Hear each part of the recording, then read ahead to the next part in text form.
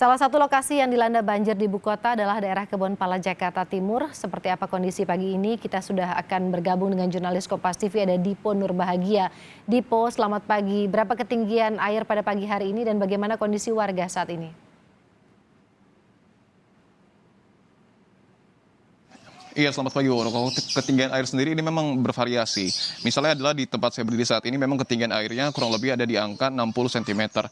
Tetapi kalau lebih ke dalam, yang lebih dekat dengan bibir Kali Ciliwung, ini ketinggiannya ataupun kedalamannya semakin tinggi, ada di angka kurang lebih 1 hingga 2 meter. Tadi pun kami sudah konfirmasi kepada para warga dan kecenderungannya saat ini adalah air masih terus menaik begitu walaupun memang sudah tidak hujan. Karena penyebab dari banjir yang ada di sini adalah kiriman air dari kawasan Depok. Seperti yang kita ketahui bahwa pada malam hari kemarin juga Depok hujan cukup deras dan ini merupakan kiriman airnya sehingga ketinggian air di Kali Ciliwung ini juga meningkat dan berpengaruh kepada pemukiman warga khususnya di kawasan Kebonpala, Kelurahan Kampung Melayu, Kecamatan Jatinegara, Jakarta Timur. Sudah kami konfirmasi juga setidaknya ada 2 RW yang memang mengalami dampak yang cukup parah pada banjir yang terjadi hari ini, yakni adalah RW 5 dan juga RW 4. Saat ini tempat kami melaporkan adalah di RW 5, di mana ada 2 RT setidaknya yang juga terendam banjir, yakni RT 6 dan juga RT 10. Sementara untuk di RW 4 ini terdapat 2 RT juga, yakni RT 12 dan juga RT 13. Banjir ini sendiri ataupun kenaikan permukaan air di Kali Ciliwung yang juga berpengaruh kepada perumahan warga sudah terjadi sejak pukul 1 dini hari dan masih berlangsung sampai dengan saat ini, walaupun kenaikannya ini tidak terlalu cepat, artinya walaupun sedikit tetapi memang masih terjadi kenaikan pada pagi hari ini. Berbicara terkait dengan aktivitas warga, Woro dan juga saudara, memang warga juga sudah mulai ataupun sudah selesai nampaknya untuk memindahkan barang-barang mereka yang memang memungkinkan untuk dapat diselamatkan. Khususnya adalah kendaraan roda 2 ataupun motor yang memang sudah mereka pindahkan ke dataran yang lebih tinggi. Tetapi berbicara terkait dengan aktivitas, memang para warga mayoritas ini memang masih beraktivitas seperti biasa. Karena walaupun ini ketinggiannya 1 hingga 2 meter banjirnya, tetapi warga masih memilih untuk tinggal di lantai 2 rumah mereka. Tentu ini juga opsi-opsi yang dapat mereka pilih, walaupun pihak setempat juga sudah menyediakan tempat pengungsian khususnya di SD Kampung Melayu. Tetapi mengingat bahwa masih ada penyebaran COVID-19 di wilayah ibu kota DKI Jakarta, nampaknya ini juga menjadi pertimbangan warga untuk tetap tinggal di rumah mereka khususnya di lantai 2 dan tidak memilih untuk mengungsi. Woro.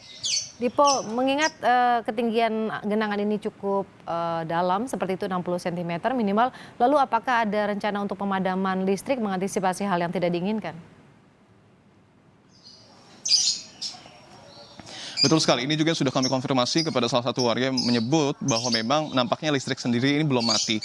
Kita masih harus menunggu, seharusnya memang kalau banjir seperti ini, apalagi di belakang saya persis ini juga ada tiang listrik, seharusnya lebih baik memang listrik ini dipadamkan. Tetapi memang ada beberapa pertimbangan, mengingat para warga juga masih beraktivitas di rumah mereka dan tidak berpindah ke area pengungsian, sehingga memang para warga juga tentu membutuhkan asupan listrik untuk mereka beraktivitas di dalam rumah mereka. Tentu ini juga masih akan kami konfirmasi lebih lanjut apakah nanti akan dilakukan pemadaman atau tidak. Tetapi yang menarik adalah berbicara terkait dengan fasilitas pengungsian. Jika memang nanti listrik dipadamkan, tentu ada opsi lain bagi para warga untuk memilih untuk berpindah ke fasilitas pengungsian. Sejauh ini sudah kami konfirmasi baru ada 1 lokasi pengungsian, yakni di SD Kampung Melayu yang dapat digunakan oleh para warga. Walaupun tadi pihak PPSU yang juga kami sempat ajak berbincang menyebut belum ada warga yang berpindah ke sana. Artinya kita juga masih harus menunggu apakah nanti aparat terkait akan kemudian menambah dan juga memperluas wilayah-wilayah pengungsian khususnya di kawasan Kampung Melayu, Jatinegara, Jakarta Timur, karena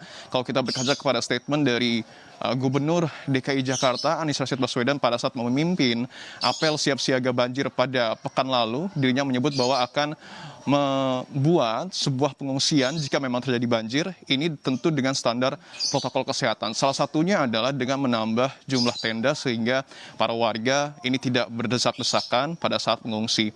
Ini yang masih belum kita lihat pada hari ini di kawasan Kampung Melayu, Jakarta Timur. Kita masih harus menunggu apakah nanti pada siang hari nanti akan ada sejumlah bantuan dari pemerintah, dalam hal ini adalah pemerintah setempat ataupun pemerintah pusat, untuk kemudian membuat fasilitas tempat pengungsian yang berstandar protokol kesehatan, karena kita tahu penyebaran COVID-19 masih terjadi di kawasan ibu kota. Woro.